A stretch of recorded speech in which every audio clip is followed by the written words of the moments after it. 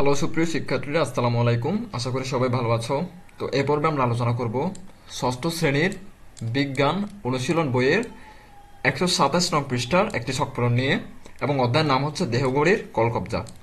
তো প্রথমে আমি তোমাদের বিজ্ঞান অনুশীলন বই থেকে তোমাদের প্রশ্নটি বুঝিয়ে দিব, দেন এখানে এসে উত্তরটা শেয়ার করব।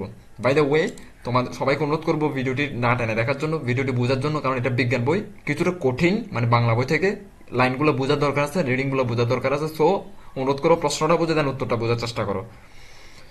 এখানে ইনস্ট্রাকশন 126 পৃষ্ঠা দেওয়া আছে, বলছে যে এবার একটা ছোট্ট কুইজ। তোমরা যে 6টি অঙ্গের পক্ষ নিয়ে বিতর্ক করলে একটু আগে, সেগুলো সরাসরি 6টি তন্ত্রের কাজে অংশ নেয়, কিন্তু এর বাইরেও আরো 3টি তন্ত্র রয়েছে যেগুলো খুবই গুরুত্বপূর্ণ কিছু কাজ করে। যেমন অনুসন্ধানী বই থেকে নিশ্চয়ই এর মধ্যে তোমরা সেগুলো সম্পর্কে জেনে গেছো।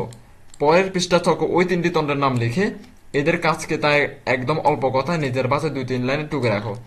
চাইলে বইটা আবার দেখে নিতে পারো, বন্ধুদের সঙ্গে আলোচনা করে নিতে পারো। তো এখানে তন্ত্রের নাম লিখতে বলছে, মানে তন্ত্রের নামে একটা নাম লিখবা, নাম দেওয়ার পর এটার কাজগুলো ব্যাখ্যা করবে এখানে, ঠিক আছে? লাইন বাই লাইন ব্যাখ্যা করবা। এখানে কয়টা দেওয়া আছে? 3টা, মনে মেবি এই 2টা, এই 3টা। তো আমি 3টা তন্ত্রের নাম লিখবা, 3টা ব্যাখ্যা লিখবা, ঠিক আছে? চলো আমরা সমাধানে চলে। এটা হচ্ছে তোমাদের পাঠ্য বইয়ের কত পৃষ্ঠা? 127 পৃষ্ঠা, ঠিক আছে? তো প্রথম তন্ত্রের নাম এখানে ওরা বই দেওয়া আছে এটা। তো আমরা তন্ত্রের নাম দিলাম প্রথমে অন্তঃক্ষরা গ্রন্থি, খুবই ছোট করে লিখছি। এটার কাজ হচ্ছে হরমোনের মাধ্যমে যাবতীয় শরীরবৃত্তীয় কাজ সমন্বয় ও পরিচালনা করে। তো এটা প্রথম পয়েন্ট, তোমরা প্রথম পয়েন্ট লিখবা এইখানে অন্ত, এটা গ্রন্থের নাম লিখবে এখানে, আর বিস্তারিত লিখবে এখানে। আর দ্বিতীয় পয়েন্টটা লিখবে এখান থেকে, বিস্তারিত লিখবে এখানে। দ্বিতীয় পয়েন্ট আমরা কি? দ্বিতীয় পয়েন্ট হচ্ছে লসিকা তন্ত্র।